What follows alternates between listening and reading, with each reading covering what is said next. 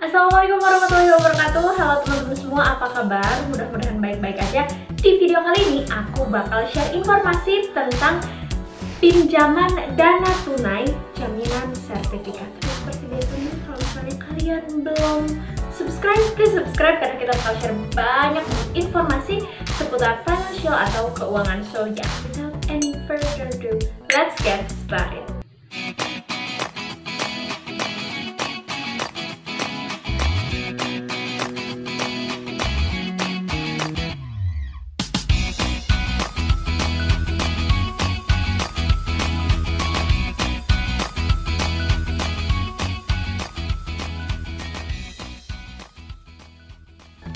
Oke teman-teman, kalian tahu nggak sih kalau sertifikat itu bisa dijadikan jaminan untuk mengajukan pinjaman dana ke lembaga, baik itu bank ataupun lembaga lainnya. Tapi jangan salah nih, nggak sembarang sertifikat bisa dijadiin jaminan.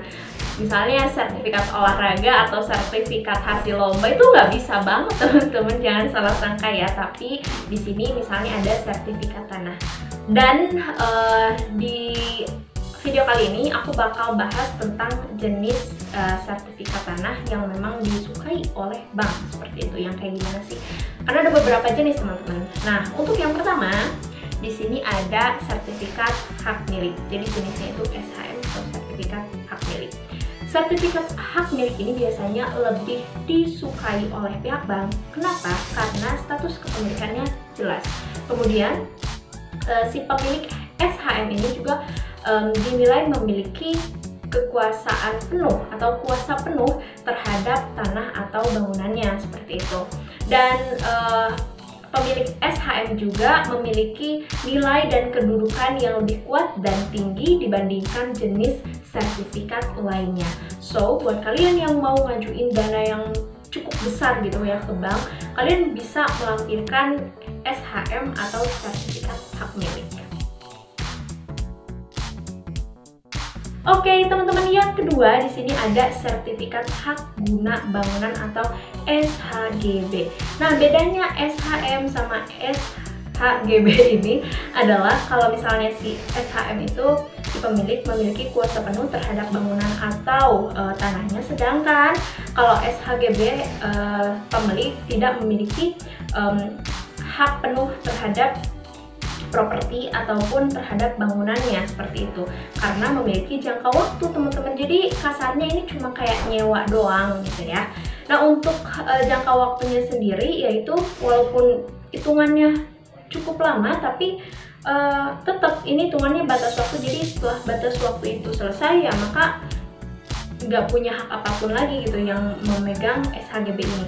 Nah, untuk maksimal masa pakainya itu 30 tahun dan bisa diperpanjang selama 20 tahun. Kalau misalnya kita ngobrol-ngobrol tentang mana sih yang lebih disukai oleh pihak bank, tentunya yang SHM atau sertifikat hak milik. Kenapa? Karena si pemilik punya kekuasaan lebih terhadap properti yang dimilikinya, seperti itu teman-teman. Tapi SHGB ini bukan berarti bakal ditolak mentah-mentah juga oleh pihak bank. Kalian bisa kok menyertakan surat hak guna bangunan. Tapi kalau misalnya dibanding-banding, tentu SHM akan lebih disukai oleh pihak bank atau pihak lembaga keuangan, seperti itu. Oke teman-teman, taruhlah kalian udah punya sertifikat, baik itu sertifikat hak milik ataupun sertifikat hak guna bangunan. Tapi nggak cukup sampai di sana teman-teman. Pastikan, make sure bahwa nama yang ada di sertifikat tersebut adalah nama kalian sendiri. Kenapa? Kalau misalnya si nama yang ada di dalam sertifikat itu atas nama orang lain, jatuhnya bisa jadi pengajuan pinjaman kalian bisa aja ditolak gitu kan, karena memang pihak bank prefer atau lebih suka nama di sertifikatnya itu nama peminjamnya itu sendiri teman-teman. Nah, sekarang gimana kalau misalnya sertifikatnya itu ternyata atas nama orang tua dan kita pengen mengajukan dengan atas nama kita sendiri? Yang pertama ada caranya yaitu dengan balik nama. Nah, balik nama ini merupakan proses balik nama sertifikat ke calon peminjam. Jadi ya mau nggak mau kalian harus melakukan proses balik nama ke lembaga terkait seperti itu yang mengurus proses balik nama, sehingga nama yang ada di sertifikat tersebut jadi nama kalian. Dan itu kalian bisa langsung mengajukan ke bank. Yang kedua yaitu dengan menggunakan surat kuasa. Dan yang ketiga, di sini ada gadai akta jual beli. Nah, biasanya beberapa lembaga keuangan menerima gadai akta jual beli meskipun sertifikatnya masih atas nama orang lain. Dan ini yang keempat, cara paling mentok ya, cari aja lembaga keuangan yang nerima sertifikat atas nama orang lain. So, mana yang kalian pilih? Pilih aja sendiri ya.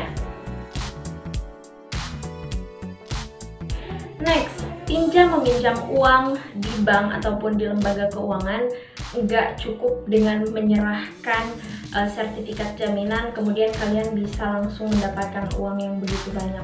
Nggak semudah itu, tapi ada proses lain yang dinamakan proses survei. Nah, di proses survei ini biasanya nanti kalian akan didatangi oleh pihak banknya atau pihak lembaga keuangannya, dan mereka biasanya akan mengecek beberapa hal, misalnya mengecek domisili calon peminjam, termasuk menggali informasi tentang kalian juga dari lingkungan sekitar misal, kemudian juga akan mengecek kondisi jaminan yang kalian miliki. Pastikan aja semuanya itu khususnya untuk dokumen-dokumen yang kalian serahkan itu valid ya teman-teman, jangan sampai palsu ataupun bermasalah gitu, karena mau gimana pun pasti ketahuan sama pihak bank kalau misalnya ada yang nggak beres dengan jaminan kalian atau dengan kondisi kalian seperti itu. Jadi ya kalian jujur-jujuran aja, nggak usah ada yang dimanipulasi. Dan kalau misalnya memang ketika dilakukan survei semuanya oke-oke aja, gak ada masalah, maka insya Allah pengajuan kalian akan dikabulkan. Oke, next teman-teman, sebenarnya nggak cuma bank doang yang mengharuskan kita menyertakan jaminan atau sertifikat seperti itu. Sebenarnya ada banyak banget lembaga keuangan yang meminta jaminan sertifikat apabila kalian mengajukan pinjaman. Misalnya ada selain bank ada multi-finance, kemudian ada pegadaian, koperasi, dan bahkan pinjaman online sekalipun ada yang meminta jaminan sertifikat seperti itu. Biasanya untuk jumlah pinjaman yang lumayan besar mereka minta sertifikat jaminan. Nah, tapi teman-teman yang jadi concern di sini adalah pilihlah lembaga keuangan yang memang trusted. Jangan sampai kalian pilih yang abal-abal. Kenapa? Karena ini urusannya sama duit ya. Kalau misalnya kita nyebur ke lembaga yang abal-abal, berabe ya, jangan sampai pokoknya. Nah, gimana cara menentukan atau mengetahui bahwa lembaga yang kita pilih itu trusted atau terpercaya? Caranya kalian bisa cek di OJK, di website OJK atau Otoritas Jasa Keuangan. Kalian bisa langsung aja buka laman OJK, nanti di sana ada bagian search. Kalian ketikin aja tuh nama lembaga keuangan yang kalian pilih. Kalau misalnya terdaftar di OJK trusted, tapi kalau misalnya nggak ada, patut dicurigai, hati-hati. Oke, next kita bakal bahas tentang nilai jaminan teman-teman. Nah, setelah kalian nanti menyerahkan sertifikat yang kalian miliki, maka pihak bank akan menilai nilai jaminan yang kalian berikan.